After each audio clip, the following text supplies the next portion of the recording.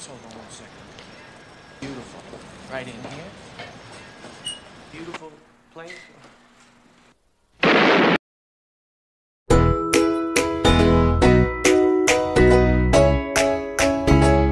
Sampurasun dulur-dulur. Semoga kalian sehat-sehat selalu ya. Kembali lagi bersama kami. Di video kali ini kita akan membahas alur film yang dirilis tahun 1981 yang berjudul Miss 45. Film ini merupakan film baheula yang menurut saya masih bagus lah untuk ditonton di tahun 2021. Jadi film ini mengisahkan seorang gadis bisu yang balas dendam setelah dirinya diperkosa. Kenapa judul film ini Miss 45? Karena si wanita ini menggunakan pistol kaliber 45 untuk membalaskan dendamnya. Gimana kisahnya? Langsung aja, ini dia narator kita, seorang bapak-bapak anak dua, Resa Sampurna. Seperti biasa, kepadanya kami persilahkan.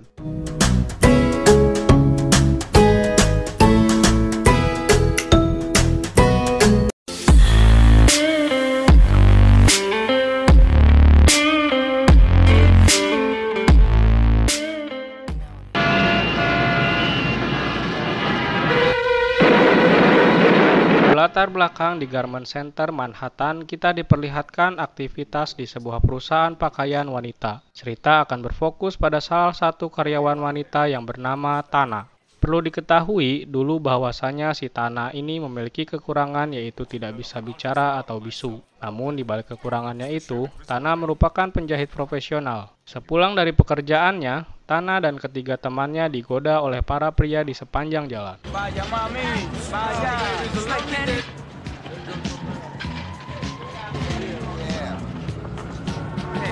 Di sisi lain, seorang perampok memecahkan jendela dan masuk ke apartemen Tana. Sedangkan Tana yang sedang berjalan, tiba-tiba ditarik oleh seseorang pria tak dikenal menuju sebuah gang. Di sana, pria itu menggenjot Tana dengan penuh semangat hingga Tana lemas.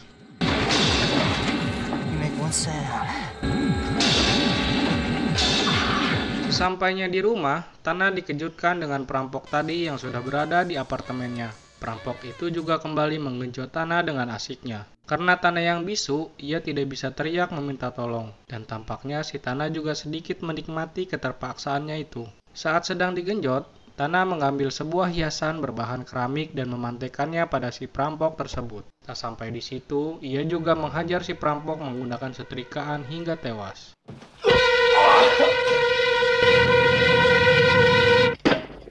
Tana menyimpan mayat perampok tersebut di kamar mandinya. Keesokan hari, tampak Tana tidak konsentrasi saat bekerja. Ia melihat seseorang yang memasukkan plastik ke tempat sampah. Kemudian karyawan lain dan bosnya menghampiri Tana karena Tana banyak melamun.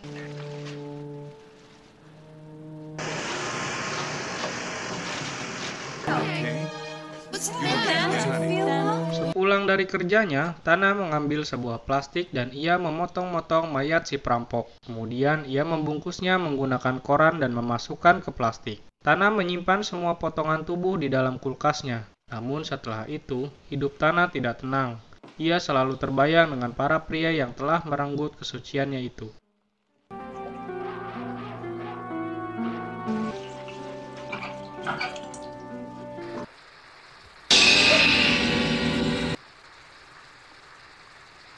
Keesokan hari, Tana berangkat menuju tempat kerjanya. Ia membawa sekantung plastik berisi potongan manusia.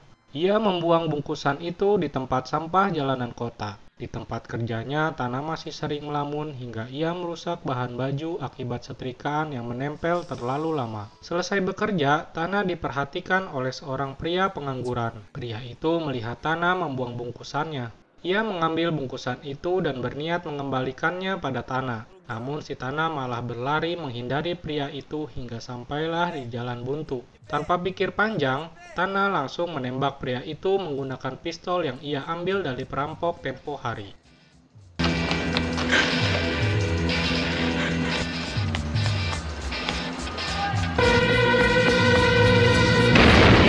Sampainya di rumah, seorang tetangga Tana, kita sebut saja Bariah, mendatangi Tana. Kemudian anjing milik Bariah masuk ke apartemen Tana karena mencium bau daging di kulkasnya. Beruntung anjing itu kembali lagi setelah diperintahkan oleh Bariah. Keesokan hari, seorang gelandangan terkejut setelah melihat potongan tangan di tempat sampah. Bos Tana yang bernama Albert mengajak Tana dan semua karyawannya ke pesta untuk mengurangi stres dan capek. Tana pun menjawab akan mencobanya. Pesta Halloween. Di sela jam kerja, Tana dan ketiga temannya mengunjungi sebuah restoran. Tana tertuju pada seorang pria dan wanita yang sedang bercumbu. Dengan tidak punya malu, pria itu mendatangi meja Tana dan menggoda mereka. Setelah itu, ketiga teman Tana pergi duluan, sedangkan Tana pergi terakhir. Di jalan, pria tadi mengikuti Tana dan berusaha mengajak Tana mengobrol. Kemudian, ia mengajak Tana mengunjungi studionya karena pria itu merupakan seorang fotografer. Tana pun mengikuti pria itu datang ke studionya. Sesampainya di studio, Tana langsung menembak pria itu hingga tewas di tempat. Studio's right around the corner. Nobody's going to be there. I'm a gourmet of beauty. And when I saw you... You're not going to believe it. It's beautiful. Right in here. Malam harinya, Tana berdandan tidak seperti biasanya. Ia membawa pistol dan memulai mencari pria jahat untuk dibunuh. Tana melihat seorang pria yang kasar pada istrinya. Melihat hal itu, ia langsung menembak pria tersebut hingga tewas. Tak sampai di situ, Tana juga dihadang oleh kawanan perampok. Tanpa pikir panjang, Tana langsung menembak kawanan perampok tersebut tak tersisa.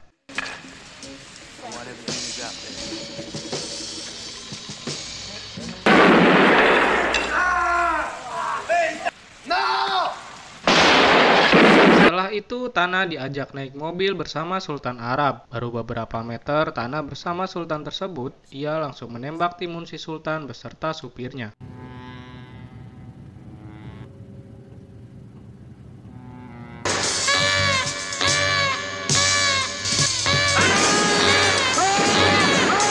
Albert marah pada Tana karena belakangan ini Tana sering bolos dari pekerjaannya. Sebagai gantinya, Tana berjanji akan ikut ke pesta Halloween dengan Albert dan karyawan lainnya. You're not coming with us, Tana, darling.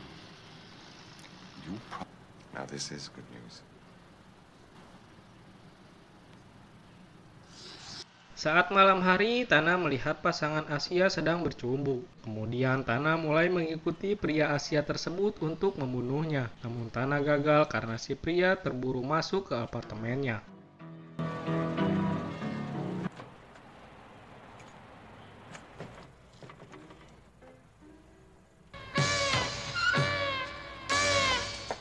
Mungkin merasa terganggu dengan anjing milik Baria, Tana mengajak si anjing ke sisi laut.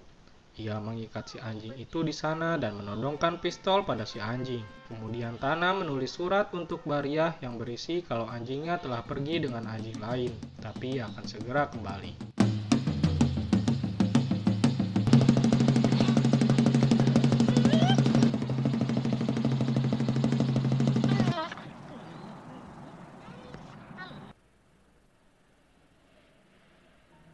Setelah itu, Tana mulai berdandan ala biarawati dan mempersiapkan senjata dan amunisinya, karena ia akan pergi ke pesta malam nanti.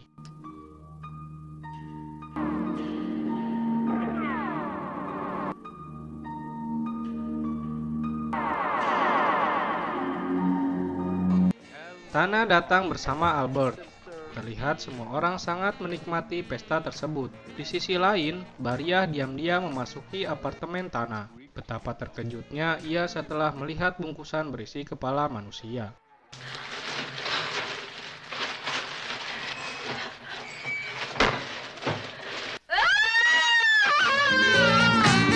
Albert yang terbawa suasana membawa Tana ke ruangan sepi. Ia berniat akan menggenjot Tana di sana. Namun saat membuka roknya, sudah ada pistol terselip di sepatu Tana.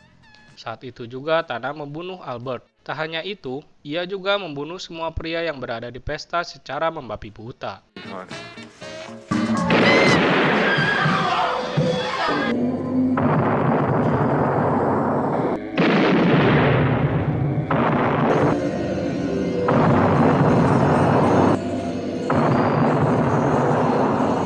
Beruntung saudara Tana menusuk Tana dengan pisau dari belakang hingga tewas. Film ditutup dengan memperlihatkan anjing Baria akhirnya kembali pulang. Ternyata Tana tidak menembaknya dan film pun tamat.